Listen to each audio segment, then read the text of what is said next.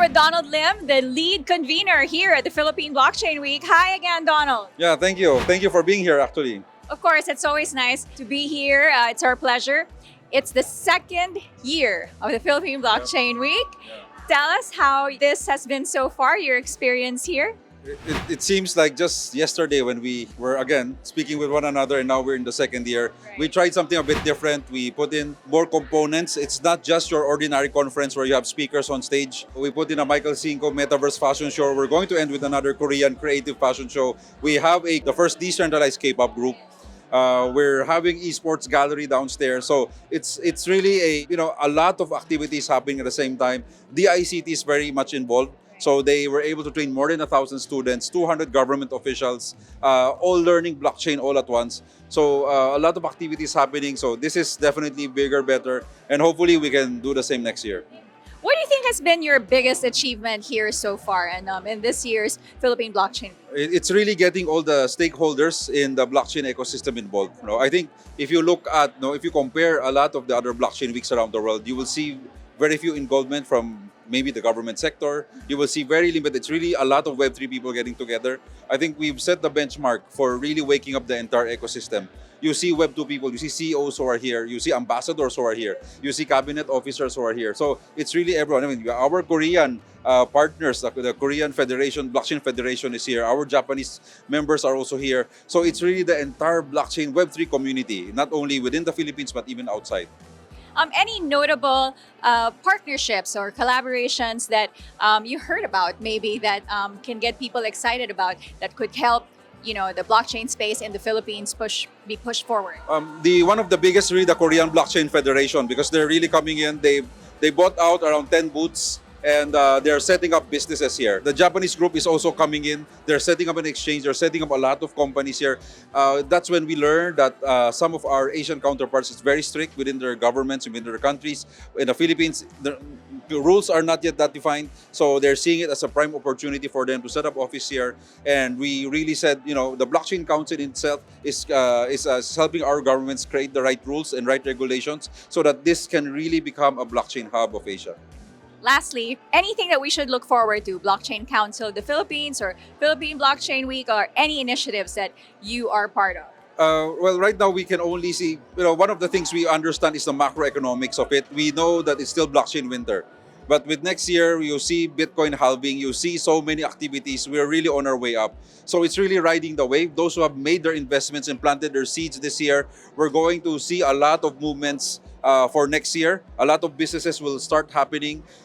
We see a lot of rustling in the leaves already. Again, a lot of our Asian counterparts are really viewing the Philippines as really the next hotbed for blockchain. And because our government has been very supportive and very open-minded, we're going to see a lot of things happening for next year.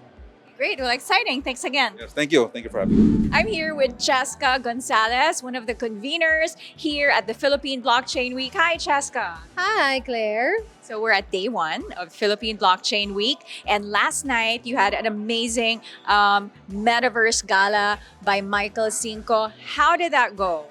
Oh my gosh, it's like goosebumps talaga. Kasi even the First Lady was really applauding and naka-standing ovation. So napakaganda. I love all the collections, and he made that specially for the Philippines. Yes. Okay.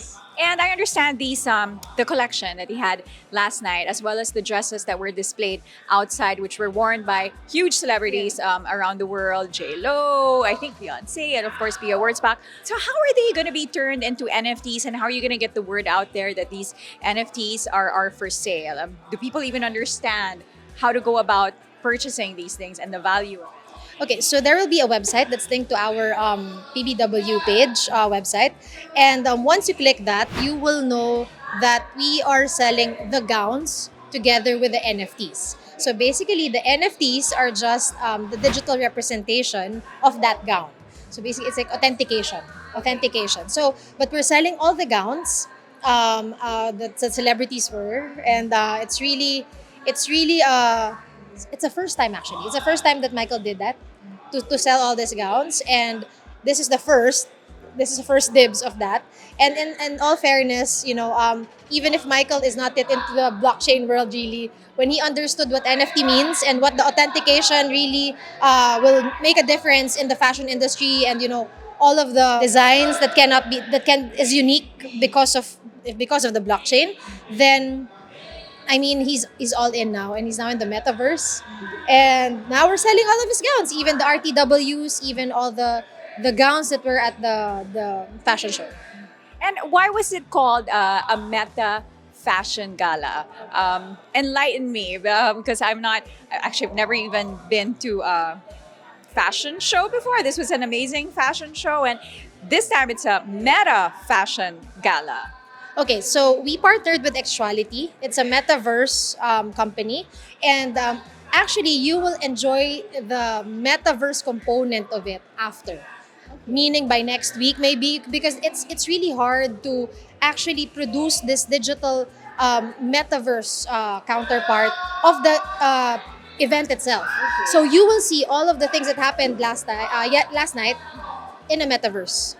So basically, it's like Roblox, like the feel of Roblox, but that exact fashion show. So they will duplicate it Right. in such a way that you will enjoy it in the metaverse. Now, aside from that, there will also be additional. So, for example, you have like necklaces that you can also purchase because they have a jewelry line. So they're gearing towards that. Okay. So that's the component of the metaverse and that fashion show. But basically, yesterday you just saw the physical, right? It's just a Yeah. physical, and then you will now enjoy the metaverse counterpart in the next few days. Okay, great. Now I understand. So I'll be able to enter the metaverse and re-experience Yes, the whole correct. experience from last night in the metaverse. Correct. Okay. Looking forward to that. And then, as far as these NFTs, so how is it being used as a utility? Like, how are people gonna understand that these NFTs have value to it? Okay, so just imagine a painting in a gallery, right? So, or a ticket, maybe your plane ticket that you put in like a diary of some sort. So think of it like that, because in the future, it will add value to that. It's not just because, number one, it's to authenticate, but at the same time, it's a collection. So, the collectors adds that value to them. Just, I mean, even if the gown is like 100 years old, that digital collectible is forever, right? You can pass it on to your kids, you can pass it on to whoever. And I think that's the best part of having a digital collectible. So think of it as a painting. What do you think is the reaction of the audience in terms of the idea of, let's say, digital fashion? What do you think? Do you think there's an interest from consumers when it comes to something like this? Especially, I mean, now we're in the Philippines, so let's just focus on the Philippines. I think for digital fashion, I'm not so sure yet, but I believe there's already like backpacks that I see with the digital whatever, right? But we're slowly getting there, but we're not there yet. It's a long run. It's a long, long, long shot to go there. And I think even the blockchain week itself, even the blockchain alone, just to explain it to people, it's gonna take years. So for us to have that digital fashion, I think it will take years also. My personal comment on that. But last night is the beginning, and that's a good step. Correct. Okay, so let's go to today, which is day one of Philippine Blockchain Week, and we're standing right in front of the Nexus Fanfare. So tell us, Chezka, what is going on behind this? Okay, so Nexus Fanfare is actually presented by Tier 1 Entertainment. You're also partnered with VGG, with Gala Games, Mineski, and this gaming companies, because we want to bring together all the fandom. We want to bring together streamers, cosplayers, gamers into one event. And it's just to showcase all of the amazing talents and the fandom that, the meet and greets. That's our actually main goal, for fans to actually meet their idols and let them sign whatever they want to, buy their shirts or something. So it's really more of the meet and greet and the gaming world in one area. And how are events like this, like these, pushing forward blockchain technology in the country? Number one, the name is Nexus Fanfare. It's not even Philippine Blockchain Week.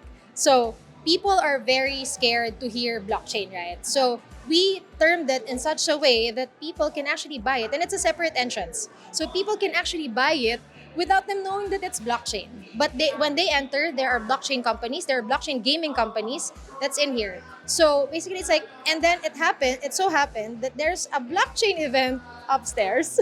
So they would be aware of like, oh, what's blockchain? At least even the curiosity that this brings will actually bring the mass adoption soon for people, right? Got it. Got brilliant. And then also, what should we expect in the next couple of days here at the conference? Okay, so it's just day two. Day one is Michael Cinco. It's the kickoff, right? And day two is like amazing. I have the amazing panel and amazing set of speakers from internationally who flew in just for us, and I'm really really thankful for that. And there's a lot of people who are just curious and just here, excited to learn what's new in the space. And tomorrow we will have an AI and fintech track. So expect more speakers coming from other countries as well. And we will be tackling AI as well. So I'm excited for that because they will explain how AI is complementing blockchain technology. And at the same time, we will be having the Triple S K-pop concert. So the last day would be a DTI Creativity Summit. So it's more of the arts, creatives, NFTs, and we're even partnered with international company like Hug. I don't know if you know Hug, but it's the company run by Randy Zuckerberg. So we're partnered with them. They actually asked for a Filipino contest. So they awarded all of this international painters, and then they held the contest for the Filipinos. Basically, it's for the Filipinos and not by Filipinos. So it will actually create awareness to other countries that, oh, we're having a Philippine Blockchain Week and we're partnering with them. So there's a DTI Creativity Summit, and at the same time, that Triple S concert, it is the first decentralized K-pop group in the world, and it just makes sense because it's in the blockchain, it's decentralized, and what it means is that the fans gets to decide on what they, for example, the subunits. So the fans gets to decide, who do I want in the subunit, who do I want for this song. So that's a difference. So you will learn all about it when tomorrow and the other days. Okay, great. And I guess lastly, what is your main goal in this year's Philippine Blockchain Week? I mean, last year I think you had a mission and it was very successful. What are your expectations for this year, and what's your main goal? I think it didn't change at all. Like the goal is still for people to give jobs and opportunities to people. And I think it really starts with one conference, wherever it may be. But my whole point is, when you go to a conference, especially conferences like this, wherein you get international speakers, international companies, then you get also to showcase the Filipino talent. And that's what I really want to showcase in the Philippine Blockchain Week, the Filipino talent and international communities. So I think I really hope that the goal this year would still be achieved. Yeah. I'm sure it will. Well, thank you so much again, Chezka. Thank you so much, Claire. I'm here with Tara Kwon. She is the founder of Calder Asia. Hi, and nice for you to join us. Nice meeting you. Thanks for having me. Tara, tell us first about Calder. What is this company? Calder is like a software as a service powered by blockchain. So it might sound too techy to you guys, but think about all the consumer brands now. Like it can be Burberry, or maybe it can be Godiva, or it can be Las Benjamin, like those kind of fashion, F&B, beauty brands. Like the customer loyalty is the biggest thing, which can be supported by blockchain, for the new chapter. And then like we are supporting those kind of companies as a B2B service. You mentioned some fashion companies, right? So how is blockchain being used by these companies? What kind of service are you providing? Yeah, so those are like a really good case of the utility NFT. Yeah, so customer loyalty is the most kind of essential, and then getting the most attention, from the market, from more like a branding perspective. And then as a brand strategist, in Web2 scene, I was very interested in, how blockchain can be utilized, for changing the brand engagement or consumer engagement, which can be, understood as a customer loyalty. And then nowadays, customer loyalty is too siloed, too transactional, and then one-off. But this kind of silos, and we have to, we can change, like with a blockchain, through like a secure interoperability, with whole the gamification and other stuff. Yeah, so the customer loyalty, which has been like really separated and fragmented, can be integrated, with like a full security through blockchain, and then that's what we offer as an API service, like with the brand side. Great. And you did mention that you were an event strategist for Web 2, and now you are in Web 3. How's that like? How did you make, what's your story? How did you go from Web 2 to Web 3? What inspired you to do all this, to make this transformation? Yeah, I mean, Web3 is like all about technology. That's what I believe in. Because some people kind of misunderstood, like maybe some like just investment side, or like some people even ask me, like how you're thinking about the Bitcoin or the Ethereum, but like I'm not from like a crypto OG side. I'm just like trying to be more like usability side, and then like how can change their lives, like to engage with the brand, for the better service and better product. And then, yeah, so from that sense, actually, yeah, this one is like a pretty much connected with like where we are right now, which is maybe Web 2 point something. Right. Yeah, so I mean, right, 2.5, yeah, could we say like that? So there's Web3 technology, which can change like Web 2 life better. That's the thing, like I'm involved in right now. And then Calder is offering that service, to the brand, which are like really big part of like every one of us. Do you mind me asking what blockchain are you using at Catter? We partnered with like Polygon Near for now, yeah, but like we are open, to so many different, like potential partners, and then like they're approaching us, yeah, which, yeah, it's very good, right? Right. Now, Tara, you did mention that you are also one of the organizers here at the Philippine Blockchain Week. Tell us your experience here. Where originally are you from? I'm from Korea. Oh, Korea. Okay, so Yeah. what brings you to the Philippines and Philippine Blockchain Week? Yeah, because I mean, we have a Korea Blockchain Week in Korea already, which has been more than 5 years and then doing very well. We saw like a new actually opportunity in the Philippine market, and then like one of our like business partner from Korea, like at my company, and then like he grew up in Philippines, like we love Philippines. We saw like a lot of like hidden potential, like which we can kind of like make a synergy together. Yeah, so yeah, from that sense, like the Philippines, I want that like this country, I mean, I believe, like to be the first stepping stone for any other companies, want to expand their business in Southeast Asia. Yeah, Philippines can be the one, like, yeah, so. And then that's why, like, that's how we started, and that's why like we are here right now. What is your observation in terms of the space, the blockchain community in the Philippines? I guess compared to Korea and maybe other countries in Asia. Philippines, I mean, the market itself is like different from like actually East Asia, like which is already like a full structure. I think it's even better here because people are very open, and then I was very impressed by like how many people downloaded the MetaMask, like when XC was like booming, right? And then that's what I felt a lot of like the growing, growing countries, like such as Philippines, and also the young median age, like at 27 or something, and then. I have like I believe that like there are like a lot of potentials like the Philippines has in this market, and then you can kind of jump on like way faster than others. Great. Well, thank you so much, Tara, for speaking to us.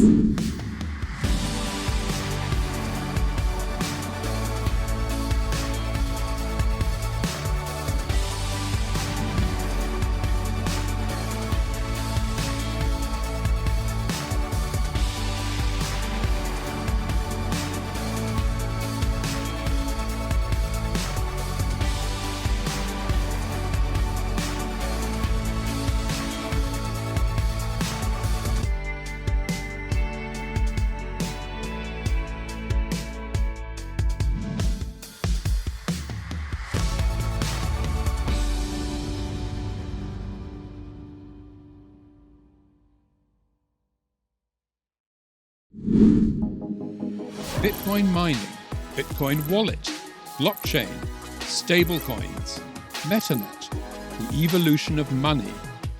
Everybody is talking about Bitcoin today, but what exactly is it? Learn the basics from experts. Learn what Bitcoin is, how it works, and why it matters. Blockchain 101, your ultimate guide to the fundamentals of blockchain.